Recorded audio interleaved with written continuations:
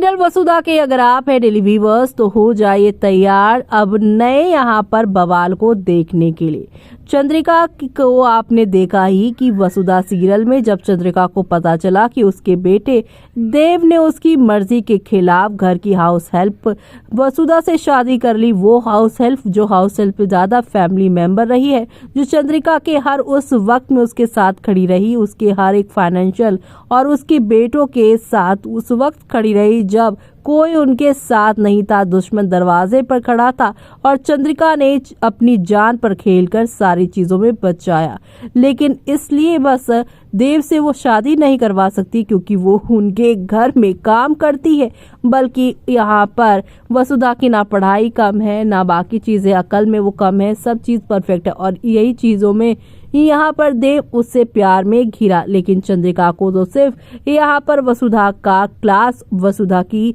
यहाँ एक तरह से गरीबी स्टेटस दिखाई दे रहा है, जिसके खिलाफ देव यहाँ पर खड़ा होकर अपनी माँ के खिलाफ जाकर वसुधा से शादी तो कर ली है। लेकिन देव और वसुधा के रिश्ते का सच सामने आने के बाद चंद्रिका ने उन्हें घर से बेघर कर दिया है और ऐसे में अब खबरें आ रही हैं कि वसुधा देव को न सिर्फ घर से बेघर किया है बल्कि देव को तो चंद्रिका ने अपनी प्रॉपर्टी से भी बेदखल कर दिया है। जैसे ही देव वसुधा को घर से निकाला गया, देव वसुधा सभी बड़ों को हाथ जोड़ते हुए घर से निकले। लेकिन अगले ही दिन देव अपनी कंपनी में जाते हैं जहां पर देव की चेयर पर उनकी मां चंद्रिका बैठी होती हैं और कहती हैं कि अब इस गली तुम्हें आना नहीं, जिस दिन तुमने उस लड़की को चुना उस दिन तुम अपनी माँ को भी भूल गए और अब इस माँ की बनाई हुई प्रॉपर्टी संपत्ति पर तुम्हारा कोई अधिकार नहीं है। यानी कि चंद्रिका के काउट देव from Thakur house and also property, यानी कि यहाँ पर ठाकुर हाउस से ही नहीं बल्कि ठाकुर हाउस की जो प्रॉपर्टी है, बिजनेस है, उससे भी देव को बेदखल कर दिया है।